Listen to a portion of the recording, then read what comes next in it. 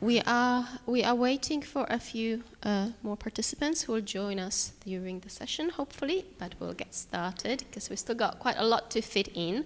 And we would like to begin this afternoon session with Simo, with a little warm-up after lunch.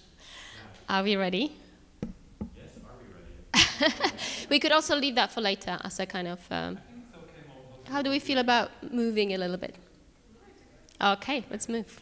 Fantastic.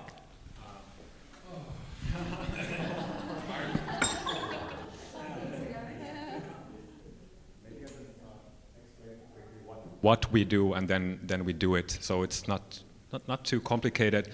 It's just something I often do even by myself and with friends, colleagues, different situations. So there's 3 elements, and it's only 5 minutes, but I will explain it first. So we take movement, and the movement instruction for these 5 minutes is to shake.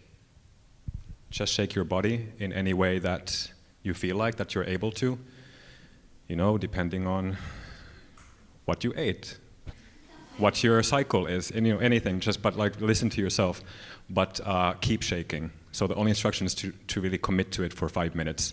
So shaking can be something very gentle, or if it comes out, it can be something more intense.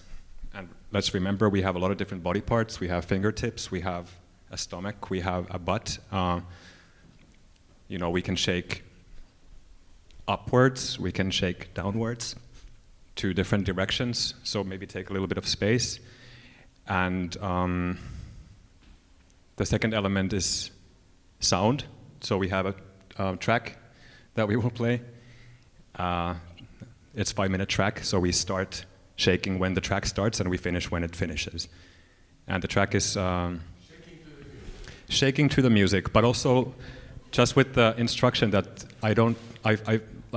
this is not, you don't have to think about this as a dance, and most certainly not as a performance. You can do it with your eyes closed, you can look around the room, anything that feels good.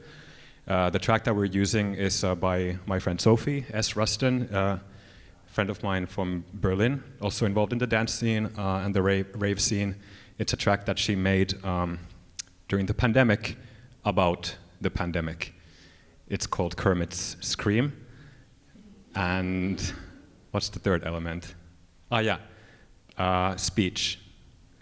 So we're talking throughout the 5 minutes. And we're talking gibberish, which in Polish is svargot, jaskot, or svargotanie. Does it make sense? So we're talking nonsense. If you don't know what to say, just make a sound. Ma, ma, ma, ma, ma, la, la, la, la, la, anything, and maybe that transforms into something else. But just as with the music that we don't stop, and the movement that we don't stop, the speech we also don't stop. Is it clear? So, maestro, please. We start talking at the same time and moving at the same time. Anything that comes.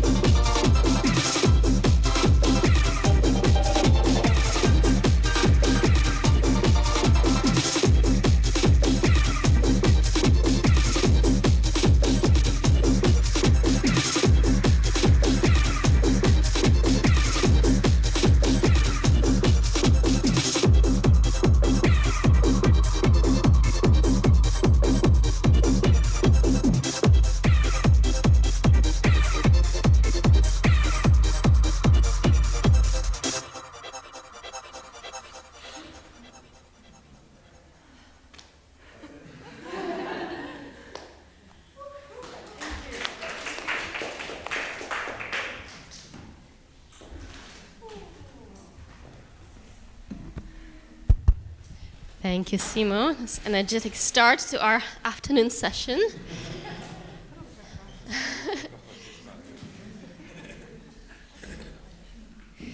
So welcome back. I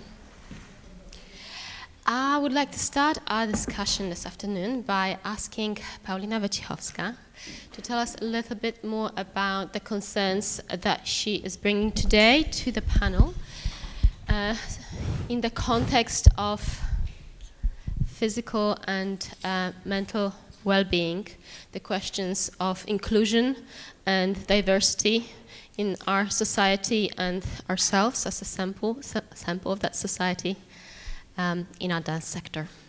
Over to you, Paulina. Thank you. Hello again. Now I have to collect my mind back, pieces that I've thrown out into the air. I would like to come back to the notion of needs. In terms of our diversity, because we are all different, it's sometimes really hard to define generally what we need. And there were attempts. There was Abraham Maslow building his hierarchy pyramid. Actually, he rebuilt it also because it wasn't so obvious that it's such a hierarchy. There was Clayton Alderfer systematics on ERG, which is E for existence, R for relationship, and G for growth. And what I like is systematics by Polish sociologist Antonina Kłoskowska, and she defines needs for felt or unfelt, and recognized and unrecognized.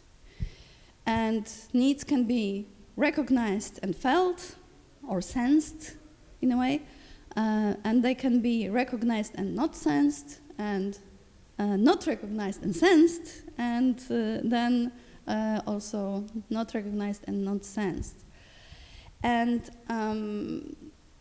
in our society, in Poland, a lot of needs that we would say would be basic, they are still unrecognized. I mean, they are officially recognized, but not in practice. And I mean, for example, toilets. Ladies' toilets. Just a week ago, I was in Krakow, queuing in enormous queue in Krakow's, I don't know, this gallery, we call it, the marketplace, really. And some of the women were brave enough to go to men's toilet if they need it. But we say, like, even chances, it's not like equal sometimes in amount, yeah? There is this famous meme about how to get everyone even opportunity, and we have, do we give them the same, like if there is a fence and people want to look above the fence, so do they get same height of the block, or the one who's shorter needs bigger, yeah? And so the inclusion comes when we think with empathy about one's true needs. And next thing, because I'm generalizing now, is about what it is when we try to serve someone's need without asking him. And there was very, I think, beautiful statement by Claire Cunningham, who is an artist with special needs. She UK artist, yeah. And she said, the only problem is they don't ask us what we need.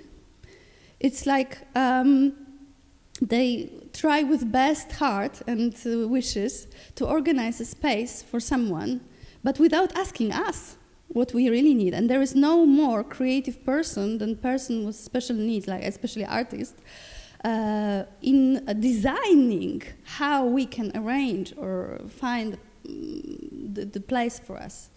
So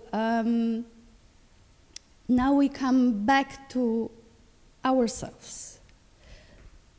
How can we express our needs?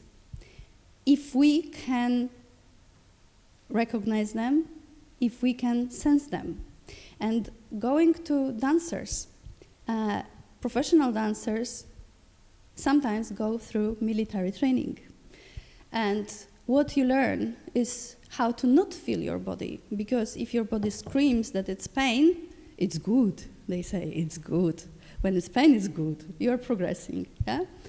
So you teach yourself how to not feel your body, which is really contradictory to what we actually want as people who are using their instrument. And so we don't, I would say, generalizing as dancers. We stop feeling, sensing, and one must differentiate, I don't know if I'm using properly in English, sensing and feeling, and also thinking that we are feeling. Or sometimes in developmental classes I ask people, so what do you feel? And they say, I think I feel. And that's the end of the question, because this is what I'm thinking, not what I'm feeling.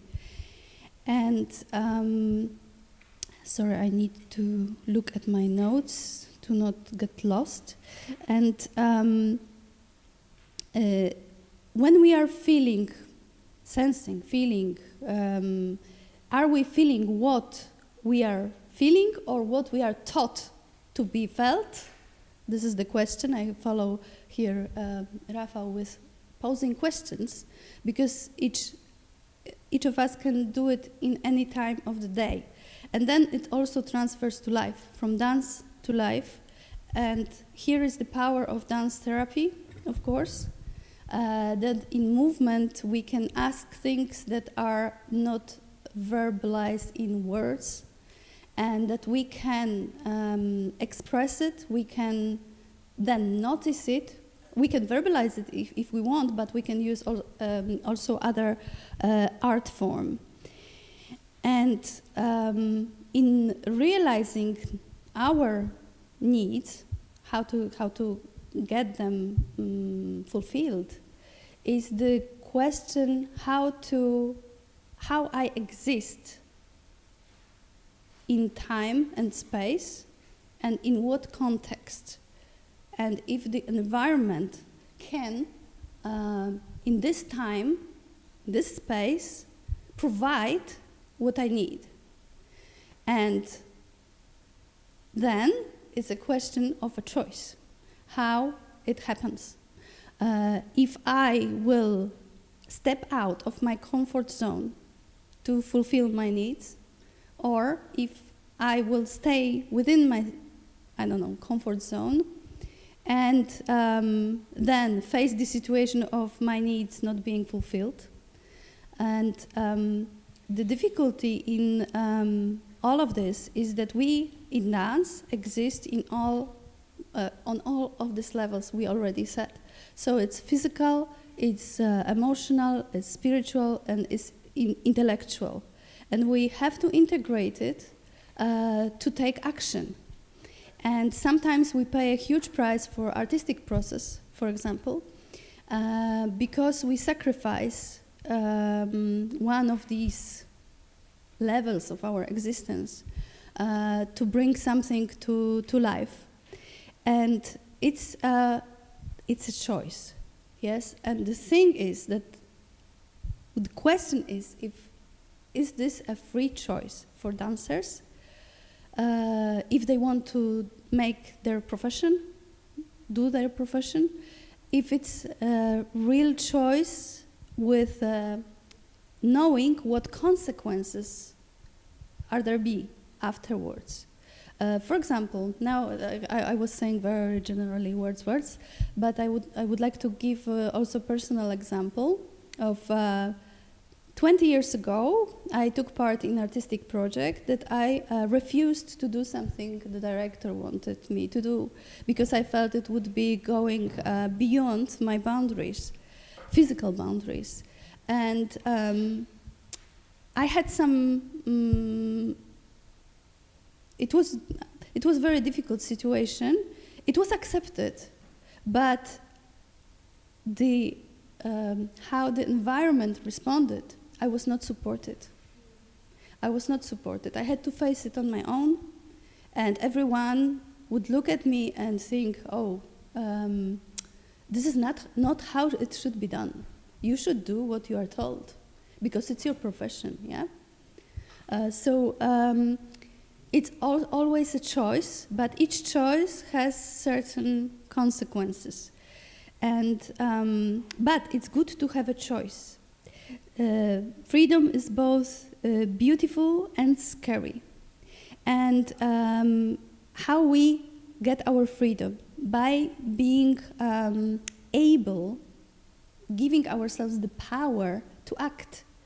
And a lot of dancers, which I meet, they are afraid to act. And because they are military trained, taking orders. And also they are afraid, they have other pressure from social situation, yeah, financial situation.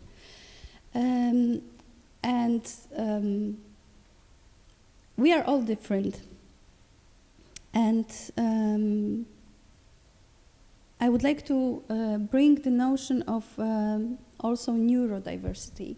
This is the fresh subject, I would say, having a lot of people getting to consciousness, that to awareness that they are neurodiverse, that they are in the spectrum, autism spectrum, or have ADHD, and a lot of now not children but grown-up people are being diagnosed.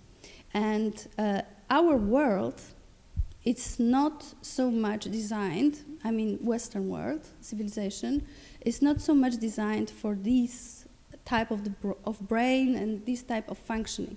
And a lot of these people seek refuge in arts, especially dance.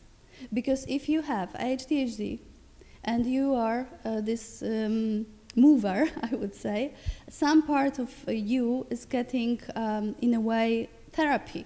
You unconsciously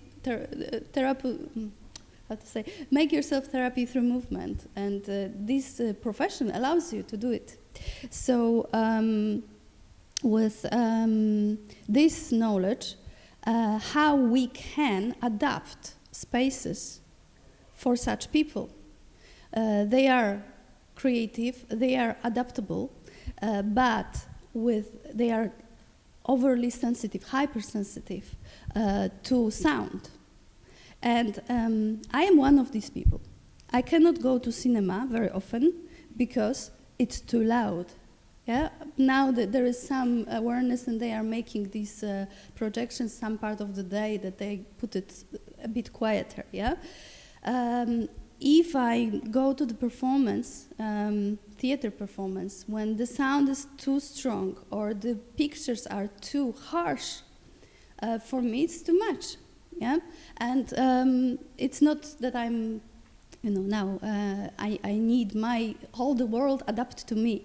No, but it's the knowledge about oneself and awareness of how we can make choices makes it possible to function. And the same with artists, the same with dancers. What I need and how I can get it in the environment that is actually not so much designed for this art. Look, we are sitting here, yeah? We are all moving, aren't we? But we are sitting to make it, on the video there will be a panel, it's called panel, so we have to sit, we have to have wonderful water, that is great, but we have to, I sit, I put a makeup on, I made my hair, it's always do what it wants, but anyway, you see, I take a certain role because I feel that it's needed to make a value for what we are doing today, and it is dictated by a system, and we We are still in it. And so the question is if we go I don't know, how we change now. It's not the solution, but it's a few thoughts that we are the change. Because as artists, we can go further.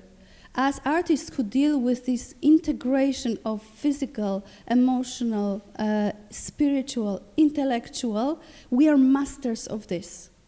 Masters, we attempt to be. And then we bring it to others. And this is what I said I'm finishing slowly, in other such discussion, that a dancer or a movement artist, when or mover generally, when enters the space, makes a change already with their awareness of themselves and building a special relationship with other people. So we are changing the world in a way, finding different, like emanating with different energy of existence. And last thought is in relation to also time and space that we have to take and want to take.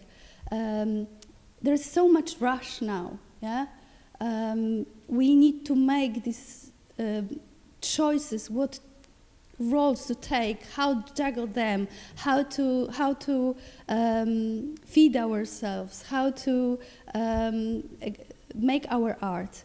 And it's so fast because the information goes faster and faster.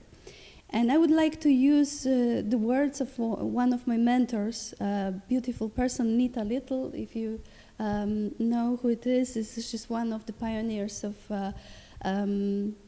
old generation of contact improvisation. And she says, move in span of your attention. Act in span of your attention, in time of how your attention goes. So this is the way we can make the conscious choices of where to go and how to act and how to connect with ourselves. And one close person to me, he says, move at the beat of your heart, like act with the beat of your heart, work with the beat of your heart. And the world that we act in is in our heads.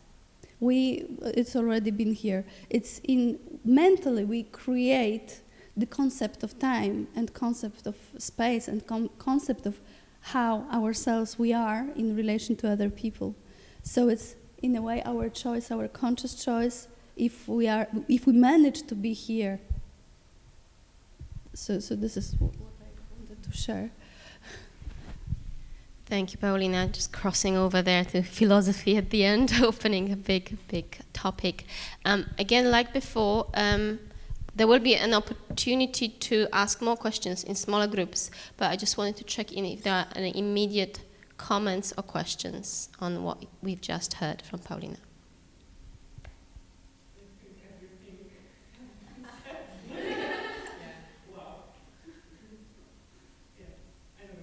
Okay, let's leave that then for later when we can go a little bit deeper into that conversation.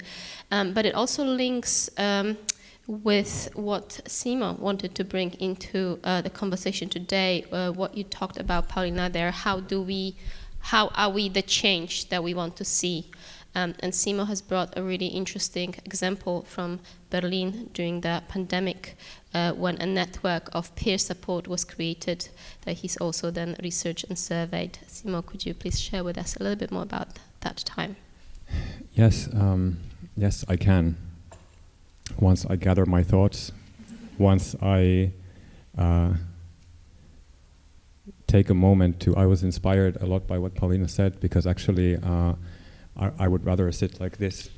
Maybe actually, is it okay if I lean on you for a moment? I wasn't sure if this is your conscious choice, but sure. Because this is actually how I would rather sit right now, for example. And I think we have to give ourselves the space and the appreciation to also somehow like listen to our bodies and different moments, because we're performing all the time. Right now there's 2 cameras looking at me and I don't know where it's going to. Okay, maybe it's only Edita who looks at it, but even that's a bit, you know, scary. Like I don't know, like I don't know Edita, and maybe I'm also thinking like, I wonder, okay, I'm just here for like 1.5 days, like it's also a bit of a pressure, like, okay, like how can I be the best version of myself? And I'm like, who am I representing? Am I representing the Berlin dance community? Am I just here by myself? Am I here to like make a connection with Erin? And maybe she wants to hire me for something in England one day, and like I have to act a certain way, and you know, I need to make a living, and how do I actually pay my rent next month? And how am I doing? And it's okay. I go back to my performing to be a good panelist now, and. With the rent, that was completely unnecessary because I'm completely stressed now. I know. I'm sorry to remind you and to and myself, like Monday morning's coming up soon, and but yeah, I think in the general topic of like today's topics, like I was writing something down for myself. I was writing a lot for myself, and. Like it's also like, like how can I now condense this into something amazingly spectacular? But I was thinking about this idea of sensitivities and vulnerabilities, because this is also like, I think, one of these essential points in this field. When we're on stage, like the level of sensitivity and vulnerability that is like the core part of the work, like allowing yourself and teaching yourself to be as open as possible in a way where it's hitting where you're using your whole emotional sphere, where you're using your whole body, where you're using your personal histories in order to connect with the whatever research topic. And to borrow this war language introduced by Rafal, which just somehow pops up naturally, the sensitivity, which is this ultimate weapon on stage. Once the show is over and you go to the foyer, this sensitivity becomes a weapon against you way too easily, because the moment that we have to prove ourselves to the curator, to the institution, to the funding bodies, to the other colleagues, there's no space anymore to be sensitive, to be vulnerable, because that's what starts to work against you very easily. Because we have to be on it. We have to score those funding applications and those presentations of ourselves. And we're doing the marketing, we're doing the social media, we're doing the modeling, we're doing the everything. And it's not to complain, because it's also a choice that I guess we all made to be here. I don't think anyone ever became a dancer. Like also Rafa was also like, I mean, if you want to make like a good living with good conditions, you don't become a dancer, I think. But, of course, there's also reasons why it's the most amazing job in the world. It's... So yeah, I actually wanted to start this mini log by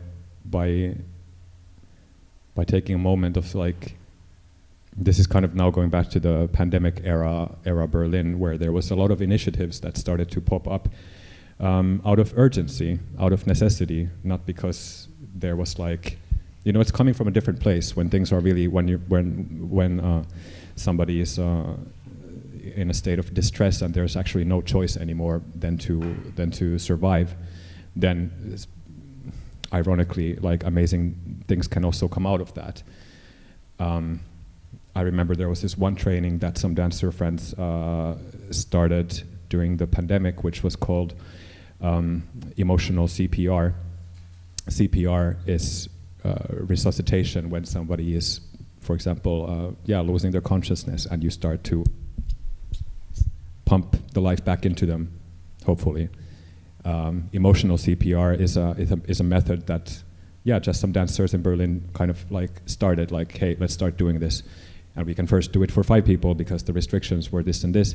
And it just basically means that you put one person in the middle of the room facing another person.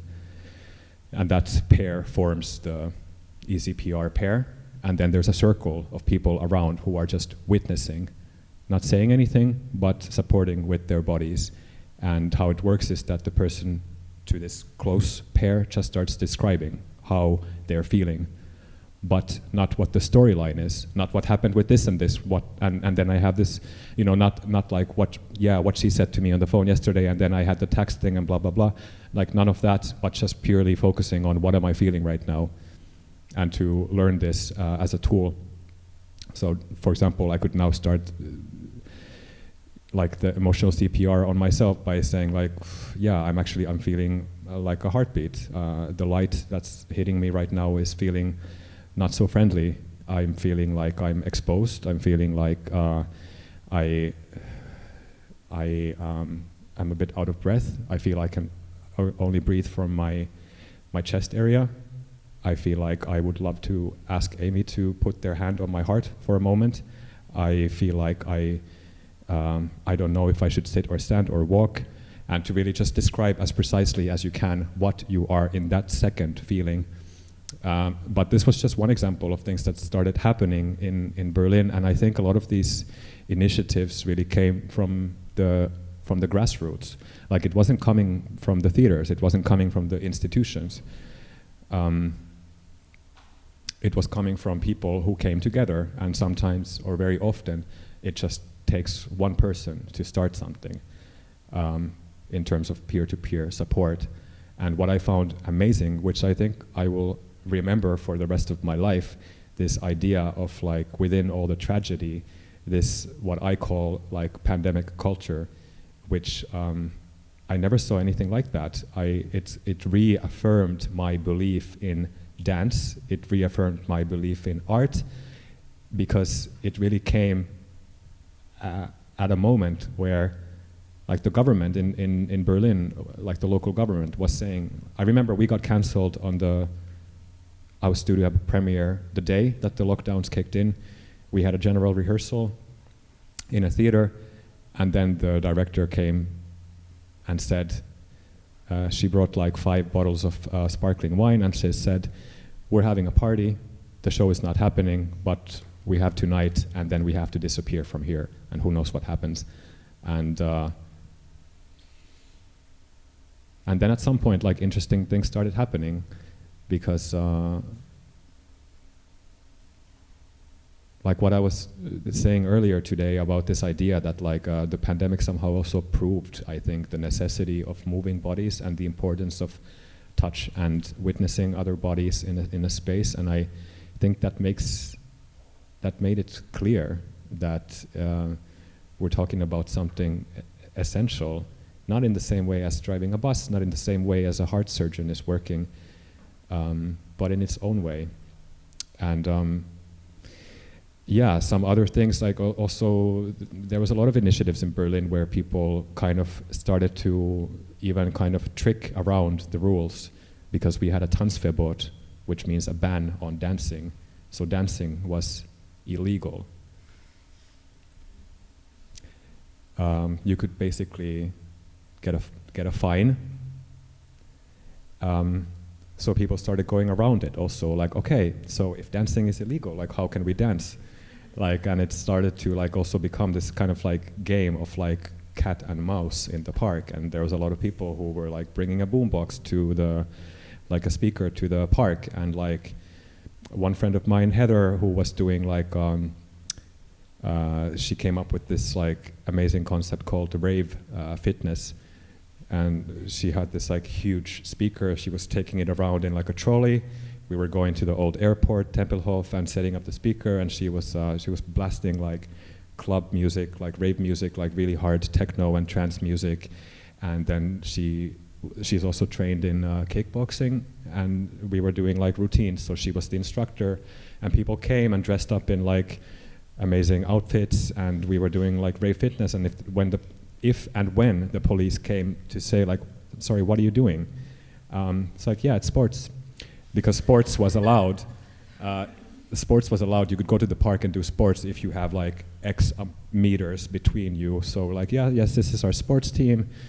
And things like this. And another friend had an idea, Maria Scaroni, who was a colleague and friend, and she had this idea of she introduced this practice called techno drifting, where we would meet in street corners when the city is empty, and come up with ask local DJs for 1 hour mixes.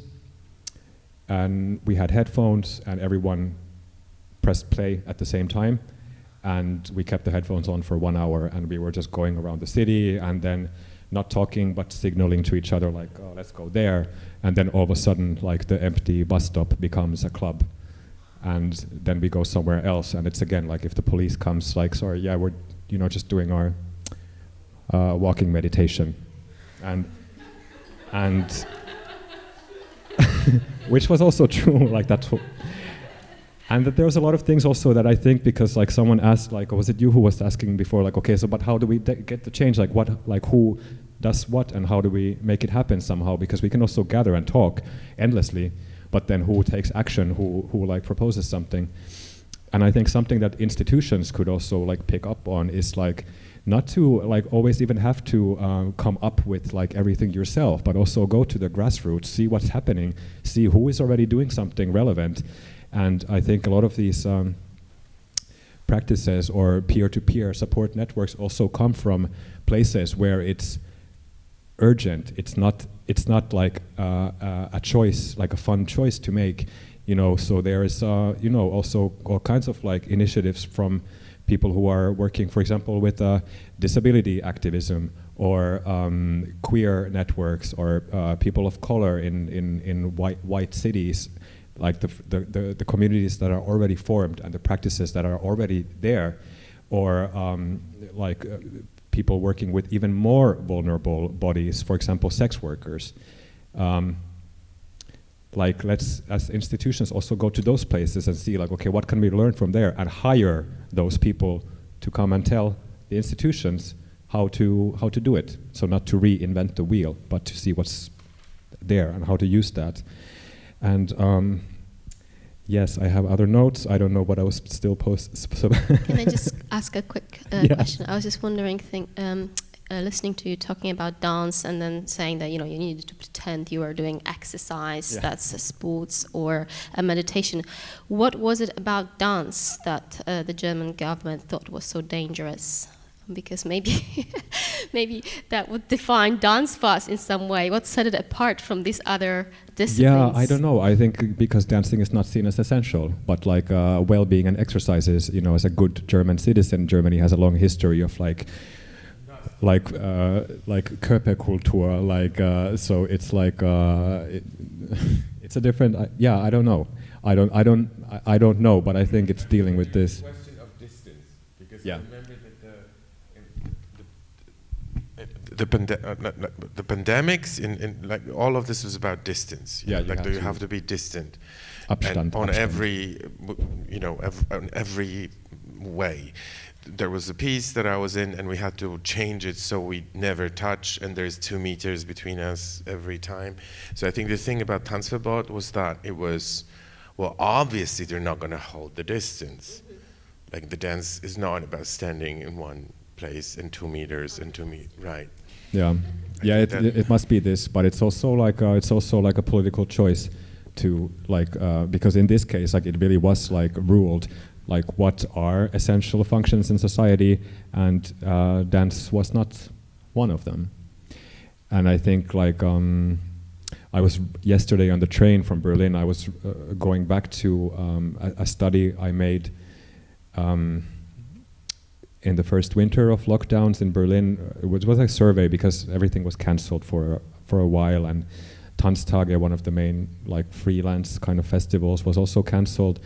Or it was like reformulated into online versions and so on, which I think was also showing the resilience of the dance sector to very quickly come up with like different formats. So it's like a nice way to see that like how creative people can also use this creativity to adapt very as well as possible.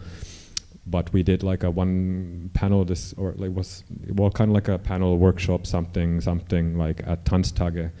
And for this, I was collecting, I wanted to hear from dancers in Berlin, like, how is everyone doing?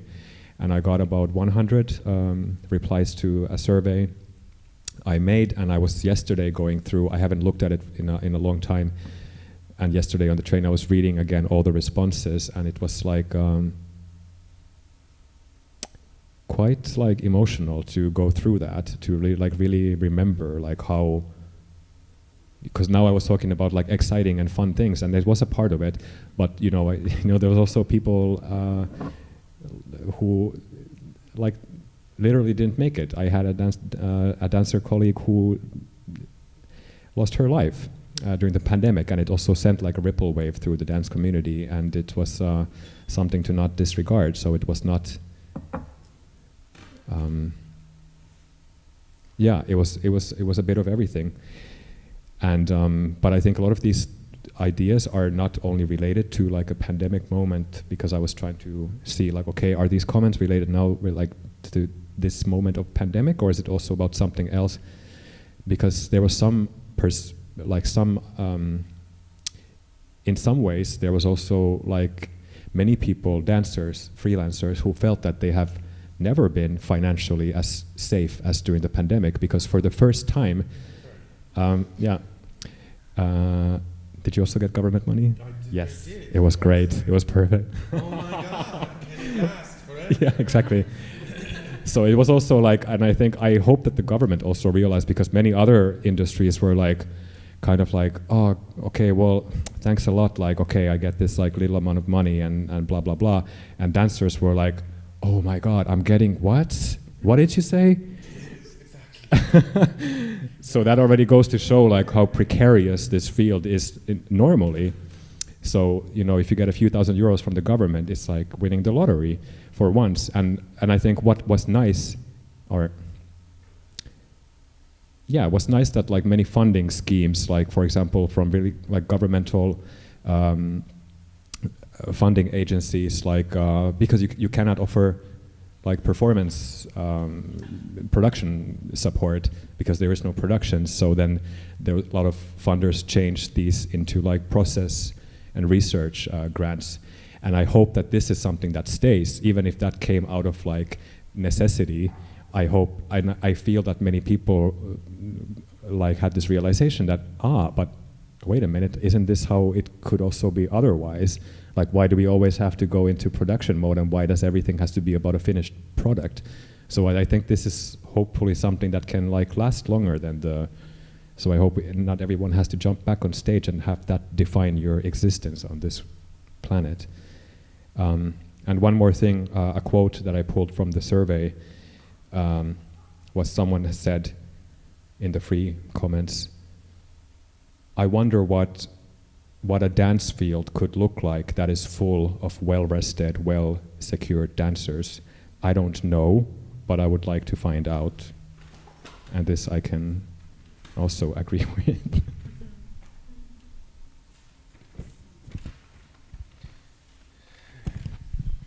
Thank you, Simo. Would anyone like to comment on what we've just heard? Or any questions? Yes. It's not really a question. I was just wondering about the reason why government might be afraid of dance, is especially when we think about our society as very productive oriented, and there is something subversive in activity that doesn't really have any, tell us any like aim. I guess for a reason, for example, during protests, people are not really doing sports, they're dancing often when they are occupying spaces. And it's also activity that's connected to desire, to want, just to spending time together. And that is very subversive when we think about society, when everything has to have a purpose. And this is also something that I like about dance, both as an art form, but also a way of spending time, that we don't have to talk, we don't have to make sense in a very like immediate sense, but communicate in a different way. And it was needed during pandemic, and it was forbidden. And I guess there is a lot to think about when we recognize this yes, thank you for your for everything. Thank you. I think that what it calls for is perhaps more advocacy at a very top level to say yes, that dance is essential, that it is needed, that it is a deeply felt need. Yes. I was just thinking about one more thing, because of course I have to say everything I wrote down, but it's. I was just thinking. Yeah, like this advocacy also, like, because we've also today been talking about like.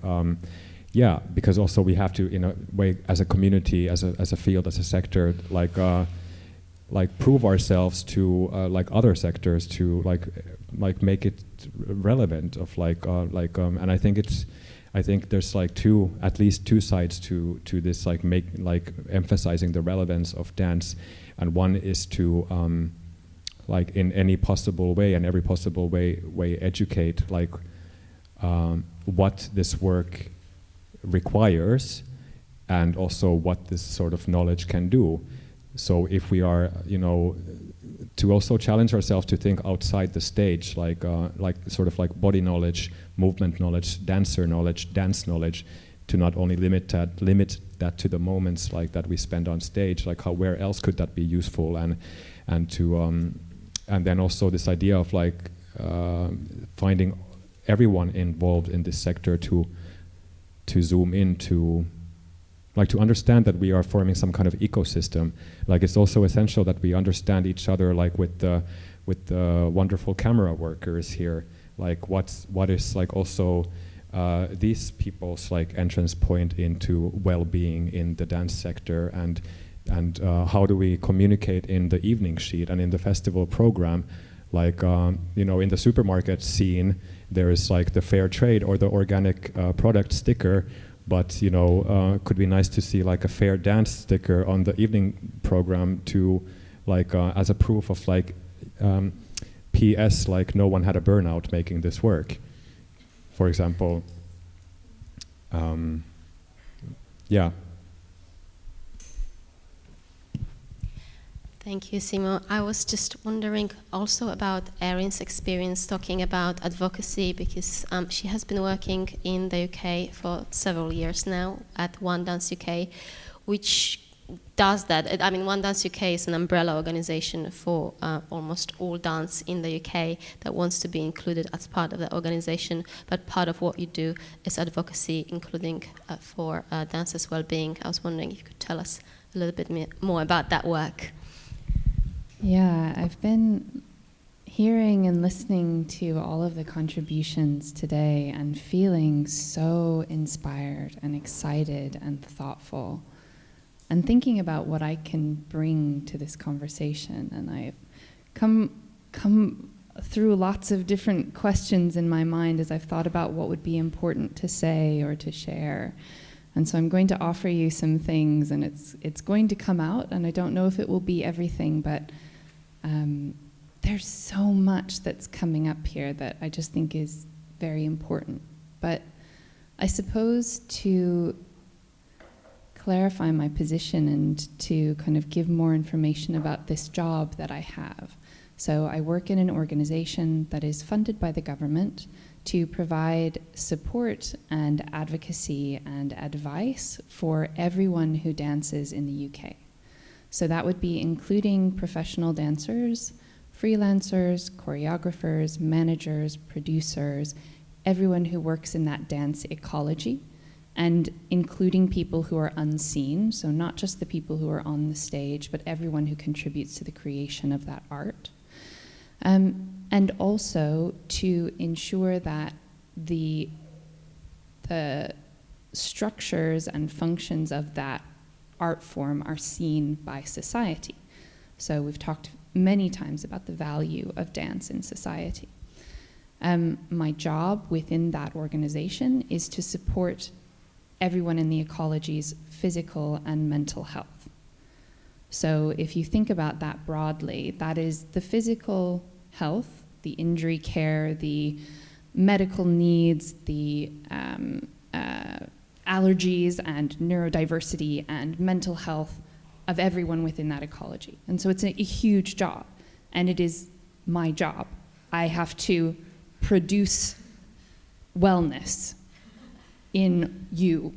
If you were in the UK, you're my job, right? And that's enormous. And I suppose,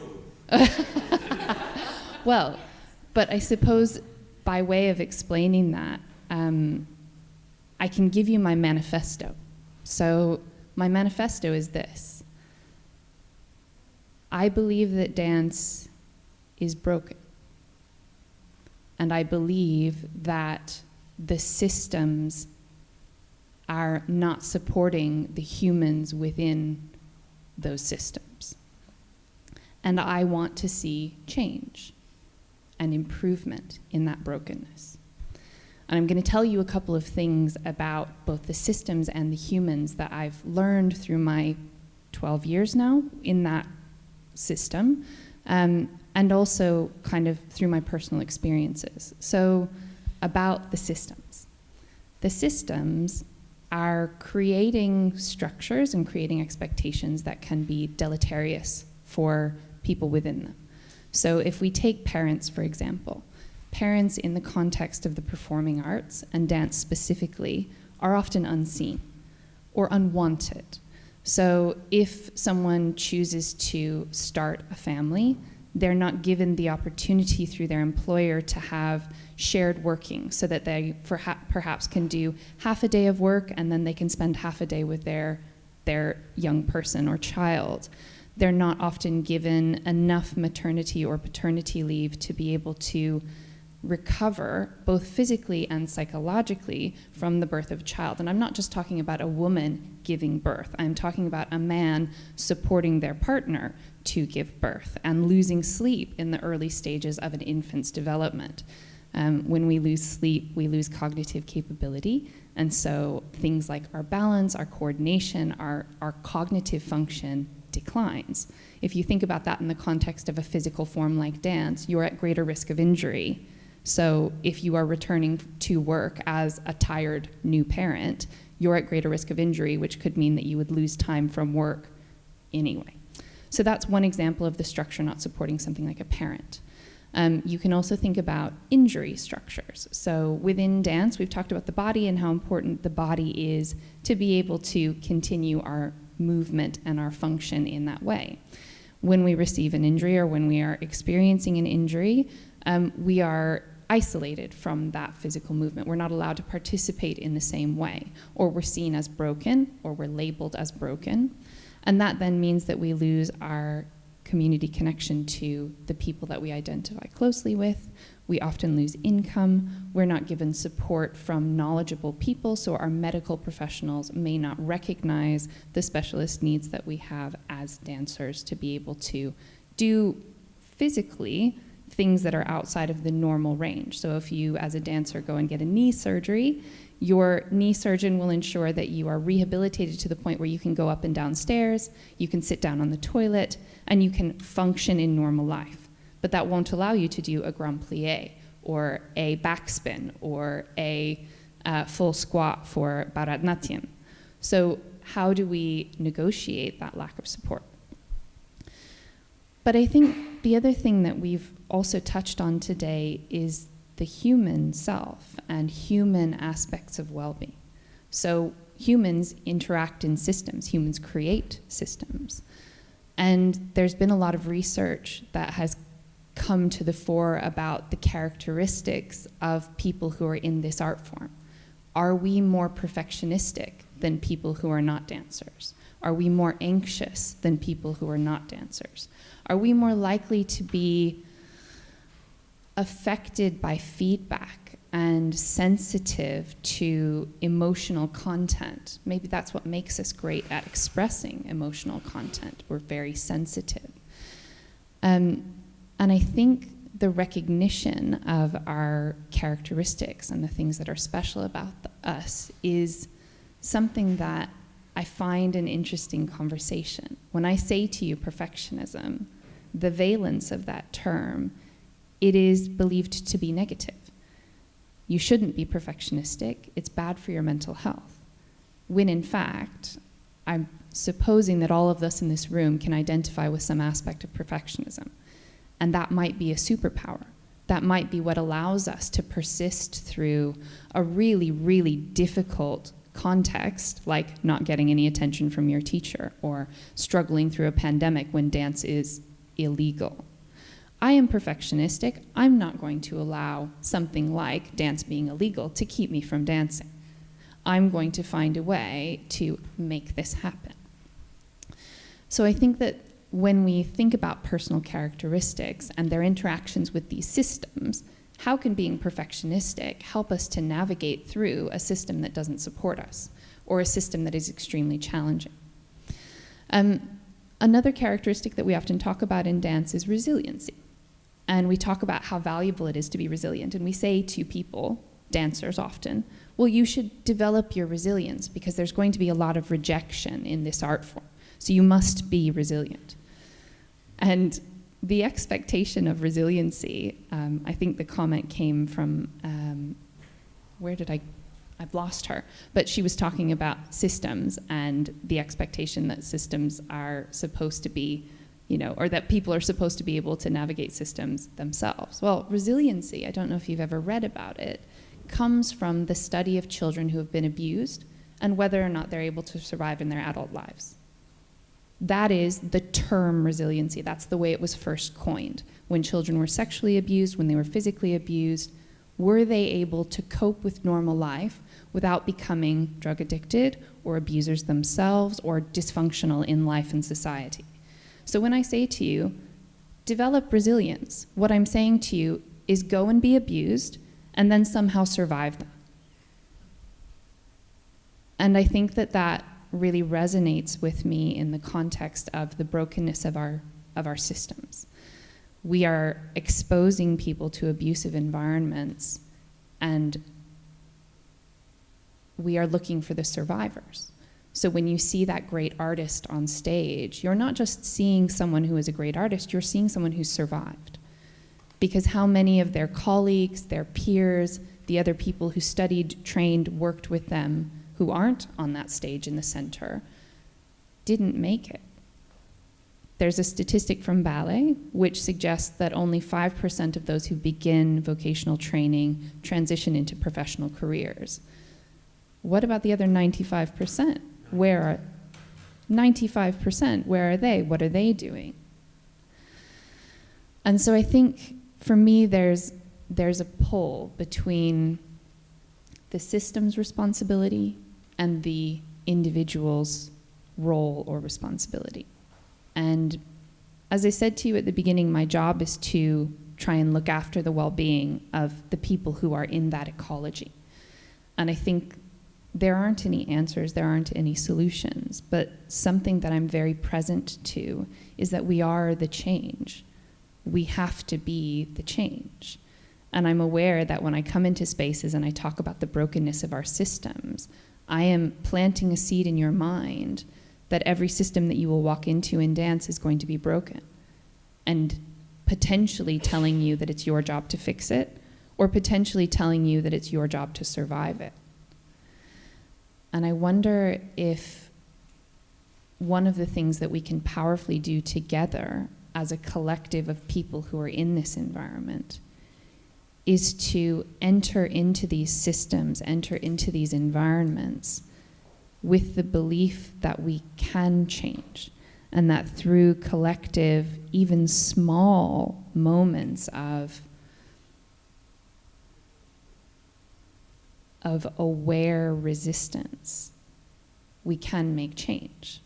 And the thing that I want to close with is part of my job is doing research. I ask people questions about their experiences. And during the pandemic, we did a research looking at the mental health status of dancers in the UK. About 1,000 people responded to this survey. We used validated measures from psychology to understand levels of depression, anxiety, engagement, burnout.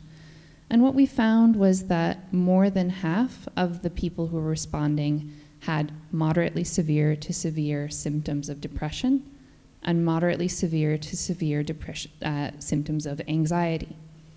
About 86% of them were burned out, and about 25 to 35% of them evidenced engagement in their environments.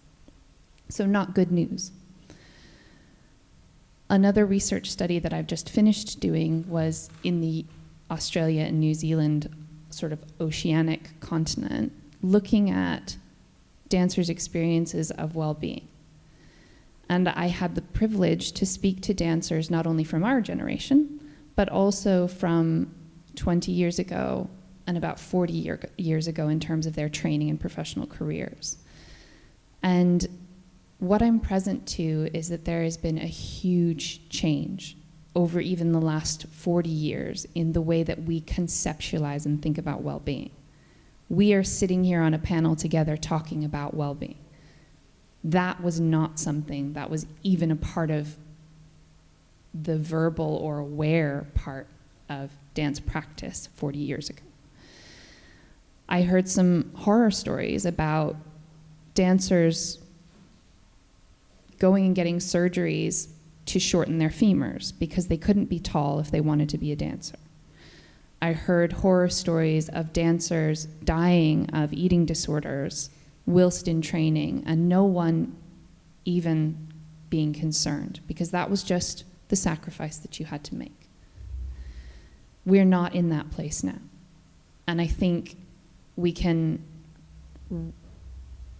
feel proud of the change that we have made and the change that we are living in our society and in our work now. That doesn't mean that we're where we want to be. And even in 20 years' time, I'll sit here in this same panel and say, I want change and the system is broken.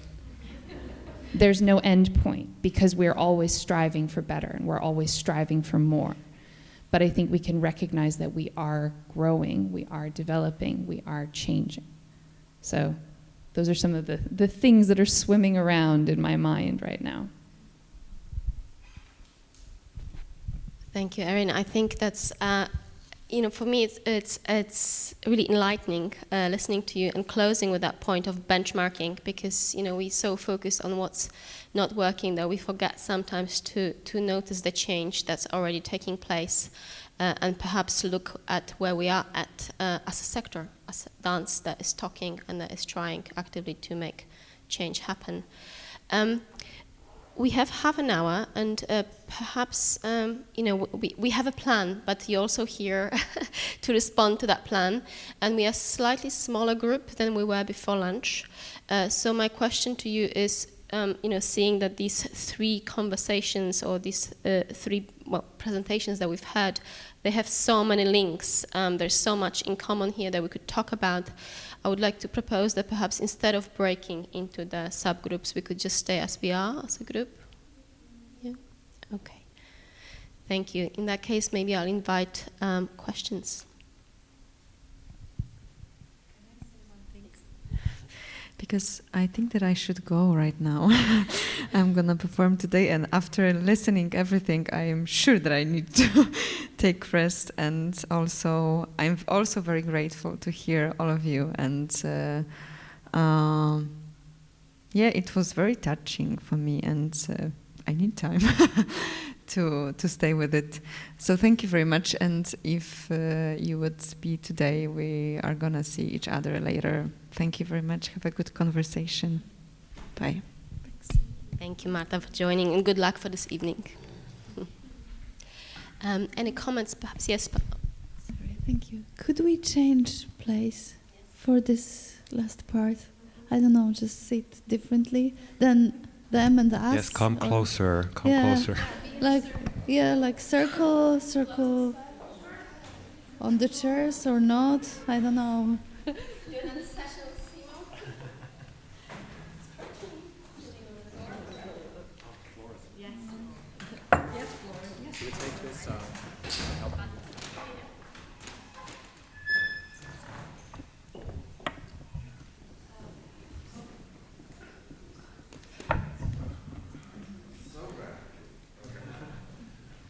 Thank you. We can begin it like this. No, I have a question. Maybe it's not a question, but I would like, Erin, that you could say more about this resilience part, because from what I understood is that like we as a dancer are like pushed into those like harsh process of auditioning and stuff, and then we are taught to not take it personally when we are rejected. And like I don't know yet how to actually deal with that, because on one hand, like, yeah, it's not about me if they reject me, but then like it kind of is about me, because like, you know, I'm there, I'm showing like everything is this in me, and they're not won't like work with me or stuff. So I don't know how to like balance it like at this point in my career. Yeah, I think resilience is very interesting. So what we do as organisms, as biological organisms, is we evolve. When we are children, our bodies grow in response to hormones and biological changes. But as organisms, we grow in response to adversity. Yes, so my favorite example of this is that trees grow. Yes, there's something in the UK called the Eden Project. It's a bubble wherein they have tried to grow a forest. So they're trying to grow these trees inside this fixed bubble. And the trees would grow to a certain height, and then they would fall down. And they couldn't work out why these trees wouldn't grow any higher than they were before they would fall down. And they realized that trees' root systems grow in response to wind stress. So in a bubble, there's no wind. So the trees weren't growing root structures that would support their structure and weight before a certain height. And I think the answer to your question from my perspective, and maybe it's not an answer, maybe it's a provocation, is that we need a push to get stronger. You know, Raphael was saying, you know, experience is something that makes us stronger, but it's also an experience that makes us weaker or could make us weaker. And I think the difference between the ones that make us stronger and the ones that make us weaker is our perspective and our support. So when I'm going to an audition and I am putting myself out there to be rejected potentially or accepted, there is a potential risk for that sense of going, they didn't want me, and that means that's about me, and I feel badly about that. Or there's an opportunity to go, they didn't want me, and that's disappointing, but maybe it wasn't the right thing, and maybe the next thing is coming. Yes, so there's perspective there. But there's also support. What if every time you went to an audition, instead of someone sitting behind a table and writing notes which were secret, and then talking between themselves and going, or like this. What if they just came out and said to you, okay, we have one spot, we're looking for someone who is this height and has this color hair, and they need to fit into this costume because we can't afford to make another costume, and really we can only take one. And there are 100 of you, but we're only going to take one. And actually, we really like you, and you. But we can't take you. I'm so sorry. Thank you so much for your time. What if they just said that? I don't know that that would necessarily make the hurt or the rejection go away, but suddenly you would go, I understand why. And you have that support. I feel like often you don't understand because like there is no feedback, and sometimes even like they're talking with you and like they're getting your hopes up, and then like suddenly you're rejecting and you like don't know what exactly like went wrong. Because sometimes I feel like it's okay that like choreographers are looking for like the specific kind of like dancers, but sometimes I feel like it's a bit random, and then like when you're a dancer at the audition, like you get lost like what, because they're not talking about their expectations, they're not telling you anything, you're just going there, and then like you're coming home and you know like not what happened, and you're just like really confused. So it's weird. Yeah, thank you for this. As I said, the system is visible. We've been discussing parenthood, and it's the same with vulnerable child and vulnerable artists. You know, when we say to our son or a daughter or a kid, well, I'm going to put the hat on your head, instead of doing, okay, and it's almost 90% that the child is going to cry. So if we're going to say, okay, I'm going to do this and this, then this you know, very kind of vulnerable and very honest person, and I think kids are very inspiring in that way, is going to feel safe. So the visibility of a system is crucial in that sense. And also another thing about this metaphor of a tree in a bubble. Hania Raszewska, Kursa, who is not with us today, and it's a real shame, she has written in one of her texts that what does not kill us can destroy us. You know, in Polish we say, co nas nie zabija, to nas wzmocni, but it can really destroy us. So we should always think about it. Can you stick it for a sec? Like, my advice is just forget. Like, do whatever you need to do to forget. I know it's not very deep advice, and it's not like, but that's what I do. Because it's gonna keep happening. And like, you know, it hurts. And I'm not gonna deny that it doesn't hurt.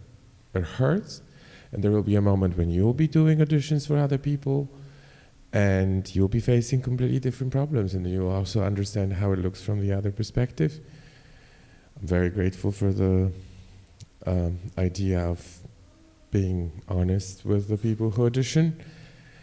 That is something that never came to my mind, because we replicate the violence that was done on us. We never go against this, and it's really sad. So my method's been just to forget. Like, honestly, like you forget the pain, because you forget it. You make yourself forget. Which I know that is maybe against psychology or just like, and against wellness, but I don't have any other advice.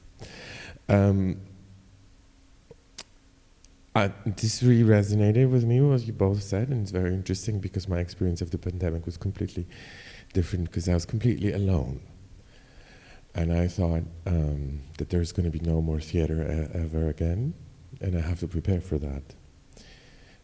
So I started looking for theater for myself, where I would like to perform when this is officially cancelled. You know, like when they say, well, this is never going to happen again, what am I going to do? So I found stages in Berlin for my future shows. They were on the cemetery, because I was like, it's a whole different story, so I'm not going to bring it up, but you know, some graves in Germany looks like little stages. They look like little, you know, like, it's true, I'm not lying, they really do. And I was like, this is perfect and delighting. And then I thought, and I have the audience.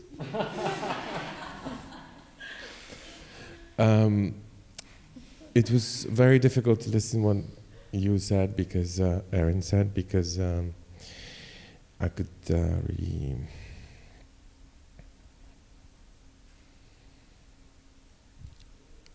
I've been through all of that.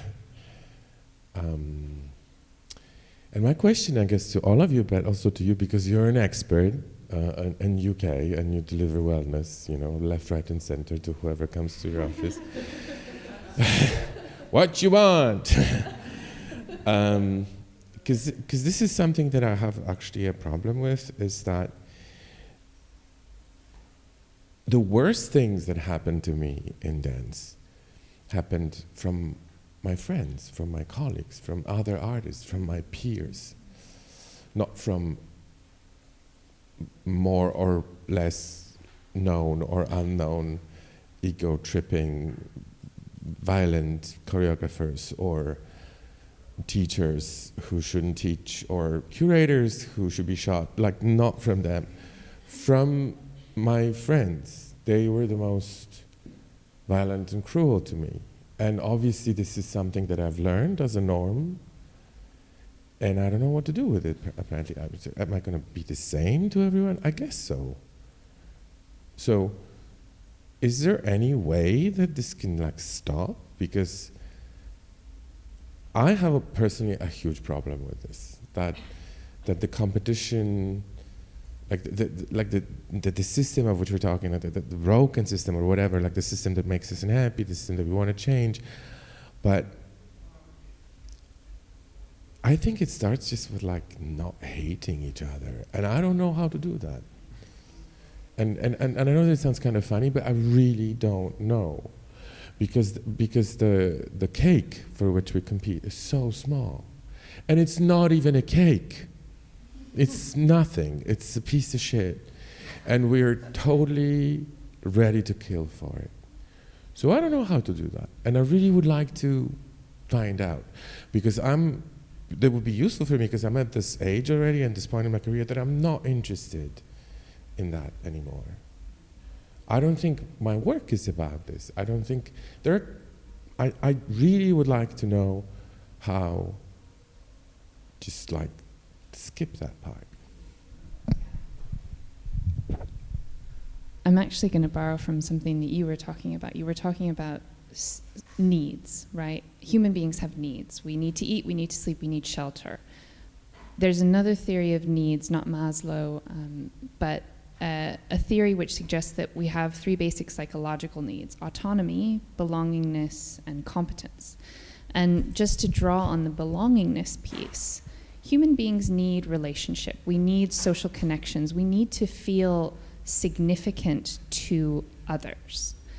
We need to feel like we're mutually respected in our relationships, etc. That's human, right? But when you put humans into environments where they are in competition with one another, especially where that competition overshadows other needs, and one of those is often about, okay, if I believe that I am a dancer, yes, so dancers don't believe that this is a job. In most cases, dancers identify personally with the art form. I am not an employed dancer. I am a human person who dances. That is a part of my soul.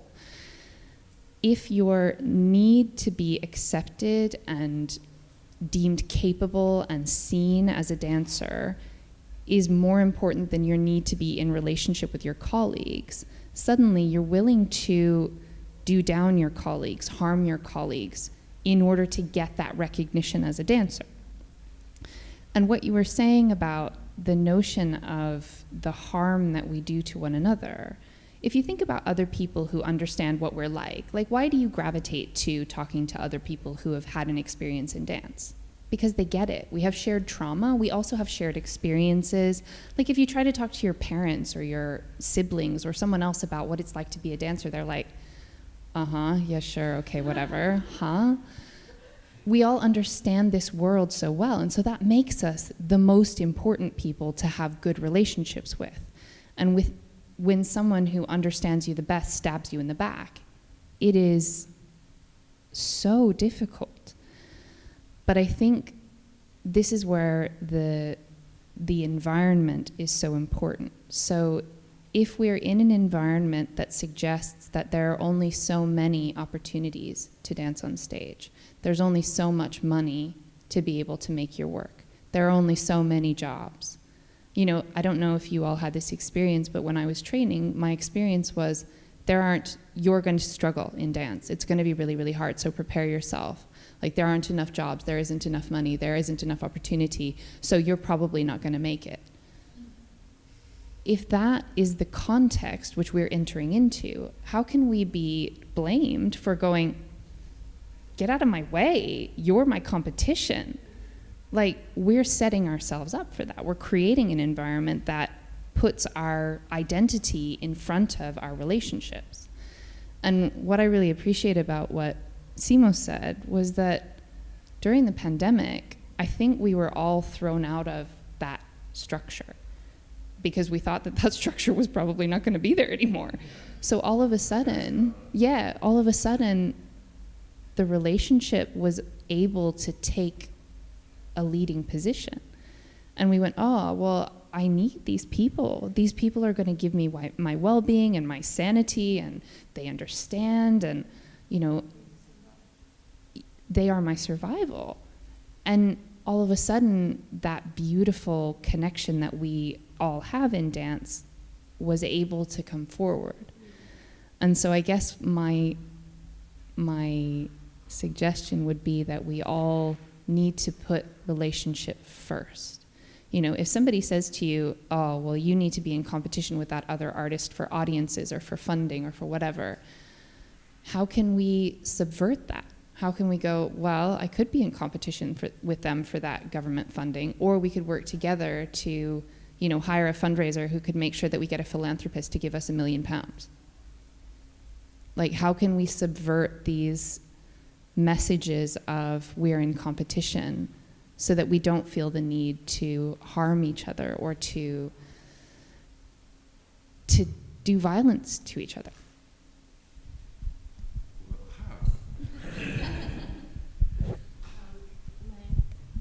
I'm just going to speak very briefly, I think, because we've been talking a lot about kind of self-regulation today, which is wonderful because it kind of takes away from the notion of something's being done to us, and it helps us understand that there are things that we can do to change the situation we are in. But I think it is also important to acknowledge that hierarchical structures still exist, and we also are, some of us work as part of an institution, and I work in an institution. I have been working in an institution for a year now as a ballet director at the Opera House.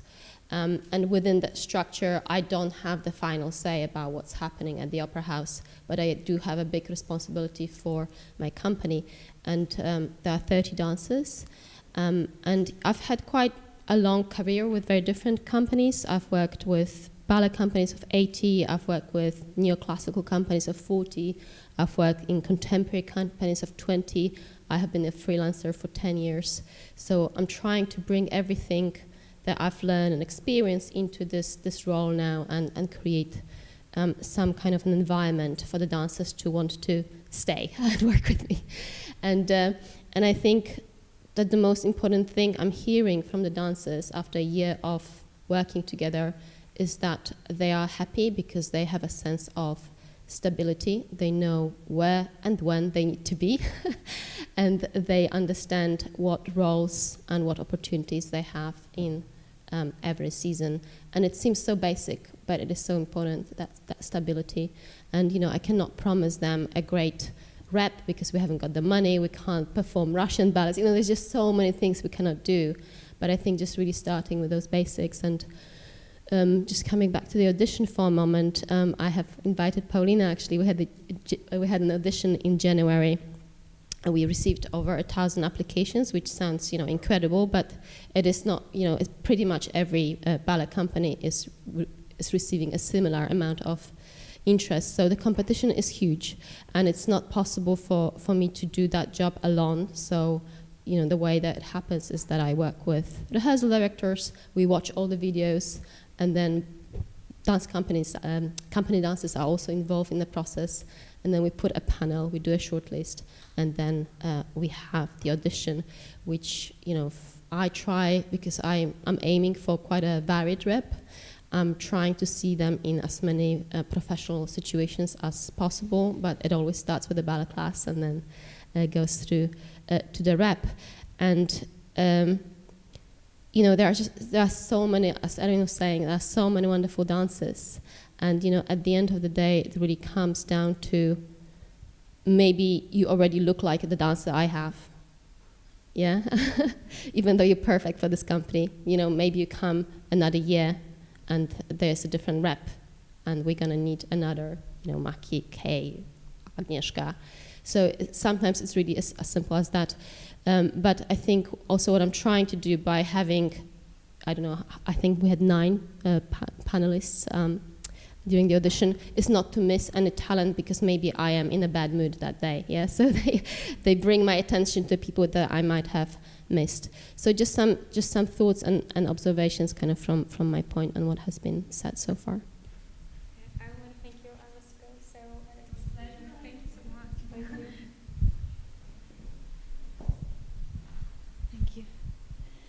I would like to bring us a little bit more to self-regulation and self-strategy, because, yeah, as people in power, we can do something, but what can we do if we come to a certain system? And dance is some activity we came to love, yeah? And if we decide to do it professionally.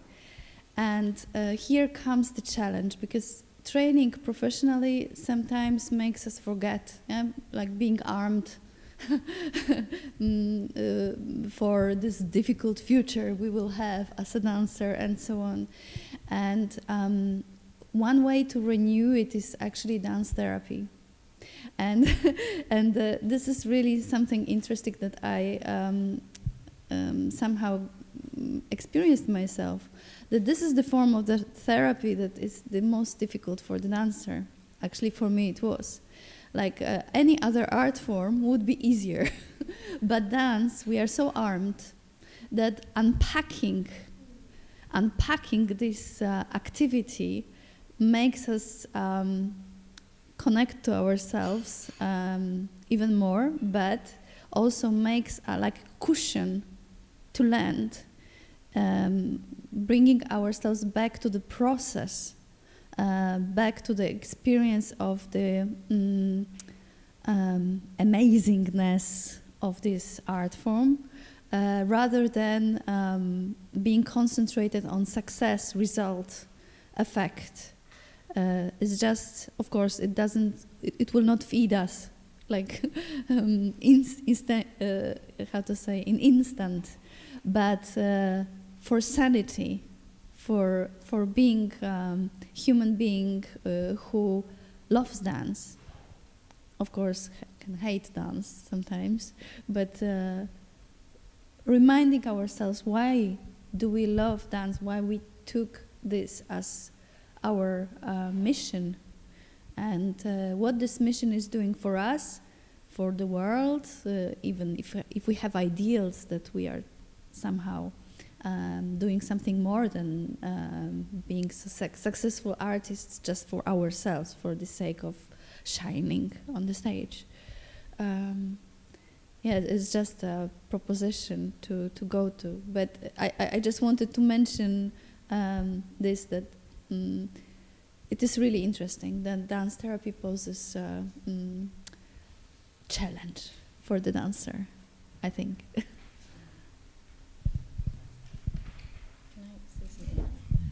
I really appreciate that perspective, because for me, when I was dancing, I didn't realize it, but it was therapeutic the whole process through. I was really lucky to have a teacher who was very thoughtful about the way that they taught us. They taught us anatomy and physiology as we were doing our pliés, obviously, because that's what ballet teachers usually do, not.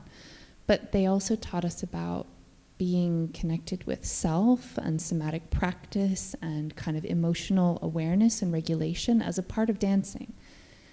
And when I came into my performing career, I hated it. It was awful, because all of a sudden, everything about my life was supposed to be about whether or not I was liked on stage and whether the choreographer chose me for the work. And I hated it because I lost that therapeutic connection. And I think that there is a contingent of people who are drawn into dance because of its therapeutic benefits to them, whether they realize it or not. But I think that dance is human. And I think we need physical expression. Whether you call yourself a dancer or not, dance is human, movement is human. And so I love the concept of bringing that therapeutic aspect back to dancers who maybe have lost that, and reconnecting them with that element of the movement form that maybe they've forgotten because it has become about something else. Mm.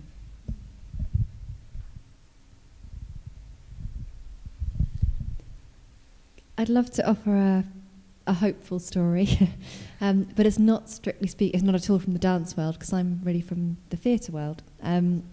So I hope that it has some relevance, but it's about what you were saying about hierarchical structures and feeling quite individualistic and in competition with each other, and like we can't always speak truth to power, but being the change that we need to be or want to see. So a few years ago, before the pandemic, I directed a show at the RSC, so the Royal Shakespeare Company in England, and this was a devised musical piece about the disappeared students in Mexico in Ayotzinapa. I don't know if you remember this, I won't go into it now, but in 2016, some students were forcibly disappeared, allegedly by the Mexican government. And we found out way too late in the day that our show was sponsored in part by BP, the oil company, obviously, who work in Mexico alongside, among many other places, alongside the Mexican government. So the connection just felt entirely wrong for the context of the piece. And we had a conversation with the creative team and said, well, what are we going to do about this? Because we're at the RSC, it's a big company, we don't want to jeopardize our future career here.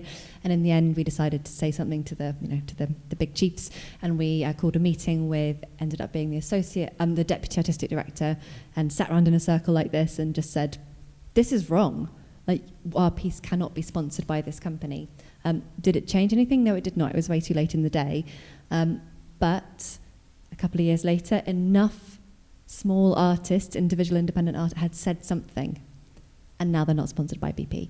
I don't know why that came to mind or why that feels useful, but it's just, we have to start somewhere. And if that somewhere is self-awareness, if that somewhere is a relationship with each other, if we start in a small way, change does happen. And it may not be on our watch, but it might be enable someone else's watch a few years later. So I just wanted to share that. I was, what I did, for instance, like I stopped disliking work, like other people's work. Like I consciously stopped disliking that. And I feel very proud of myself because I don't dislike that work. I'm just like, as long as it's about anything, I'm just going to be like, fair enough. And I just wanted to share it, and it's a brilliant feeling to stop disliking other people's work. That changed a lot for me. I think it's a very small step, but it feels like a step, I can't give up of everything, but if it's really about, I can't detect anything in it, then I'll be like, well, let's just pretend I didn't see it. But, which is also a way, sort of this, but this really worked for me. Just not hate everybody's work just because it's not what you like, but it's work. There are people in it, and they kind of spend time on it. There's already something. I think, thank you for this honest confession. It sounds like really, but I first of all, I was laughing, and actually then I thought I can understand what you mean. I think in general, in the big picture, I think we really need to see dance as also something in some way related to when we work, whatever people do in laboratories, when science funding has totally accepted, or society has accepted, that scientific experiments don't always work. And I think it can be good to see art in the similar way, that we just need people in the lab all the time, and we need to at least give them walls and something to work with, because then you never know what comes. Not that everything needs to be a success story, and it's not the whole point, but just as with science or whatever, microbiology, it's not only about the amazing Nobel Prize discoveries, all of that matters somehow. Which means also we're also allowed to make bad pieces. I mean, young artists here, you'll probably you'll definitely make bad pieces too. Not all your work will be great, and that's fine.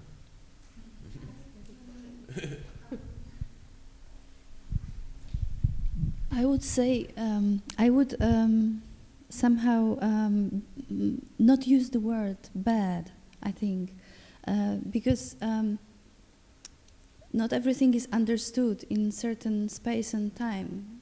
And if it was, 10 years later or other country, we never know. So we can say if something was appreciated more or less in certain time. But yeah, I think what you just said, like we should appreciate process and willing to act. I mean, that somebody wills to act. It's enough for this art form that we are active and brave to be. Just to add from someone who writes about dance, usually approaching work with interest and openness makes it more interesting. Like instead of having an opinion about it, thinking with it. And you don't have to like everything and you don't have to understand everything, but this is something also from everyday life. We don't have to understand other people to be with them and listen to them. We can try to understand them and appreciate what they propose, and that's a lot, and it makes things more interesting instead of just being having an opinion and disliking something.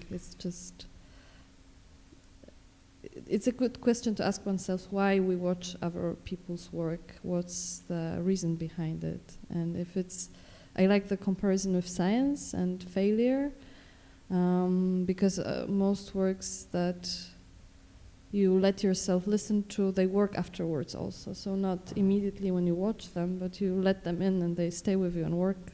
That's, come into conversation, and it's just a good approach, I think.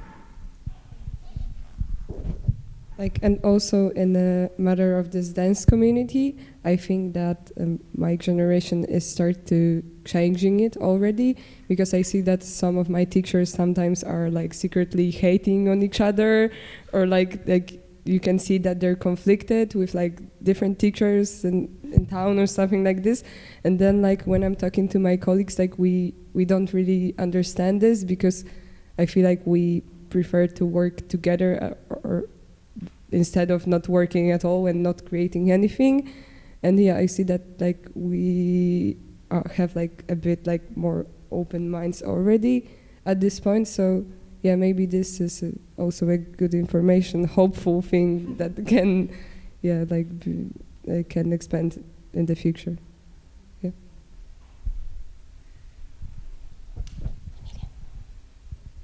Okay, I think we're going to have to find some way to bring this conversation to a close. It's been really, really interesting to listening to all of you and hearing your questions as well. I think I just want to make one last point on what had been said just before, because we were referring earlier to this report from the Grassroots Conference in 2021, which had some practical solutions which we're not going to be closing with today. But I wanted to encourage you to read that. And one of the points there says that the imperfection of your work does not define your value as a person. You still have the right to be safe and to good conditions regardless of the results, reviews, or feedback that you are receiving on your work. And I think this is something that we all need to keep in mind, but I think for ourselves, the part of the work that I know I have to do is I need to set my own boundaries as to what I'm reading and what I'm letting get to me. So there is part that's our responsibility as well in that process. I wanted to say, maybe ask last one round of questions or any comments before we close for today? No? In that case, thank you to all our panelists. Thank you to Paulina, to Erin, to Emi, to Simo, to Rafał. Dziękuję również Marcie. Thank you, Marta. And to my co-host today, Emilia. And thank you all for coming. And I think most of us are staying for the weekend, so I hope there will be opportunities also to continue some of those conversations after the closing. Thank you. Thank you so much as well. And I guess we've been inhaling for the last 4 hours. Now it's time to digest, and hopefully with the time we'll be able to exhale. And this is something that I would like to wish you all, and thank you again. Thank you.